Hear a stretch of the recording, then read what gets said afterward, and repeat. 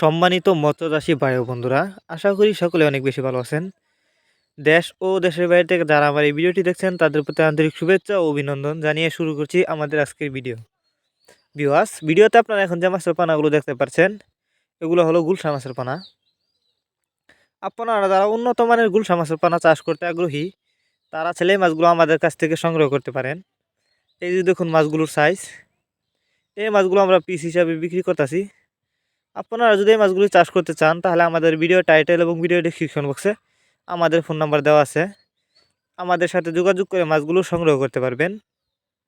যারা আমাদের ঠিকানা এসে নিতে চান তারা চাইলে আমাদের ঠিকানা এসেও নিতে পারেন।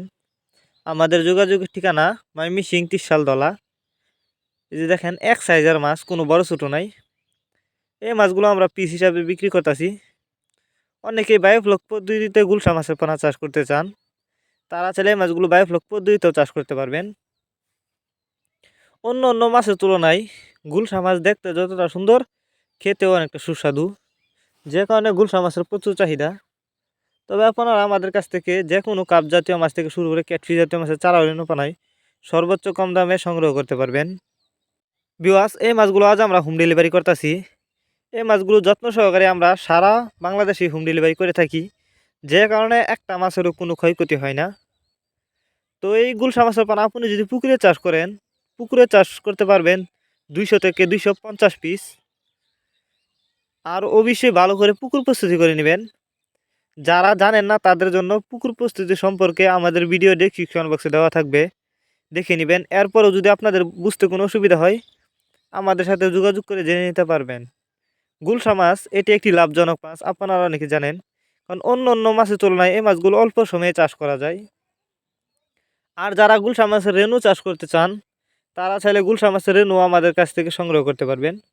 গুলশা মাছের পানা ক্রয় করার সময় অবশ্যই রোগমুক্ত এক সাইজের পানা ক্রয় করবেন যে কোনো এক প্রতিষ্ঠান থেকে, তাহলে বেশি লাভবান হতে পারবেন। আপনারা চাইলে এই মাছগুলো অন্য অন্য ক্যাটফিশ জাতীয় মাছের সাথেও মিক্সরভাবে চাষ করতে পারবেন। আর এই মাছগুলিকে অবশ্যই খাবার দিতে হবে বাসমান ফিট। আপনি চাইলে এই মাছগুলিকে খৈলেও খাওয়াতে পারবেন।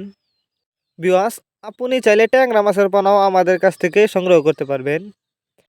ভিউয়ার্স, এই ছিল আমাদের আজকের ভিডিওটি যদি আপনাদের কাছে ভালো লেগে থাকে তাহলে অবশ্যই ভিডিওটিতে একটি লাইক দিয়ে দিবেন এবং ভিডিওটি বেশি বেশি করে মৎস্যচাষী ভাইদের কাছে শেয়ার করবেন।